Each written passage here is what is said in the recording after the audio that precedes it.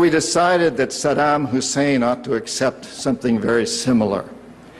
Now, probably a lot of you know that Saddam has been our boy for a very, very long time.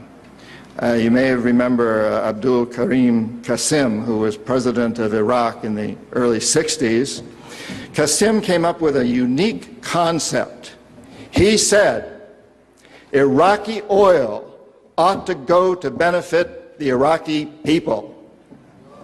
How novel is that?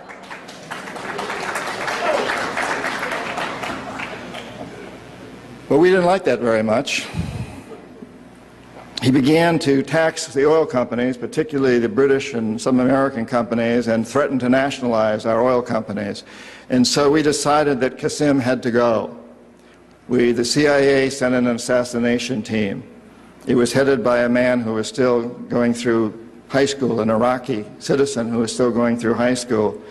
They riddled Qasim's car with bullets on the streets of Baghdad and missed him. The head of this assassination team was wounded and fled to Syria. His name was Saddam Hussein. He was a CIA agent in those days, an assassin for us. He failed. He was our boy. He was our man.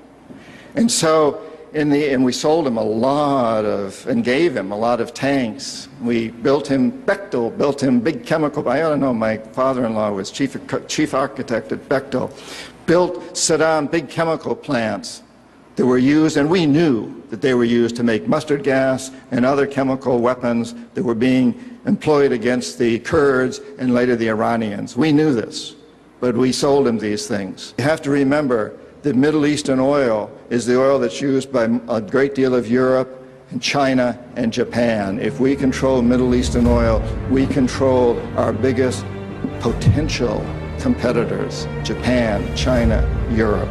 So it's very important that we do that.